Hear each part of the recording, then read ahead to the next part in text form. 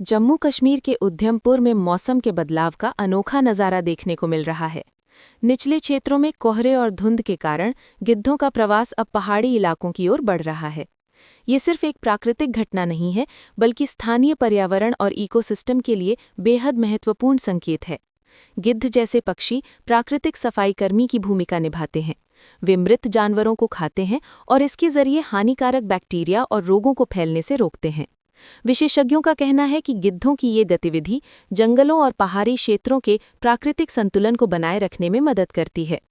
कोहरे और धुंध के चलते गिद्ध ऊंचाई वाले इलाकों में जाने के लिए मजबूर हो रहे हैं, जिससे इन क्षेत्रों में जैव विविधता का संतुलन बेहतर हो रहा है।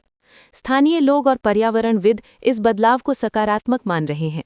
उनका कहना है कि गिद्धों की बढ़ती उपस्थिति जैविक अपशिष्ट को प्राकृतिक रूप से नष्ट करने में मदद करती है और साथ ही पर्यावरणीय स्वास्थ्य और पारिस्थितिकी तंत्र की मजबूती को बढ़ावा देती है। इस बदलाव से ये भी स्पष्ट होता है कि प्रकृति लगातार खुद को अनुकूलित करती रहती है। पक्षी अपनी आदतें बदल रहे हैं, जैसे ही मौसम और पर्यावरणीय परिस्थितियां बदलती हैं। तो उधमपुर में कोहरे और धुंध ने न केवल दृश्य को बदल दिया है, बल्कि गिद्धों के इस प्रवास से स्थानीय इकोसिस्टम भी मजबूत हो रहा है। ये दर्शाता है कि मानव और प्रकृति के बीच संतुलन बनाए रखना कितना महत्वपूर्ण है। गिद्धों का ये प्राकृतिक प्रवास हमें याद दिलाता है कि प्रकृति हमेशा अपने तरीके से जीवन को संरक्षित करती है और हमें इसके महत्व को समझना और संरक्षित करना चाहिए।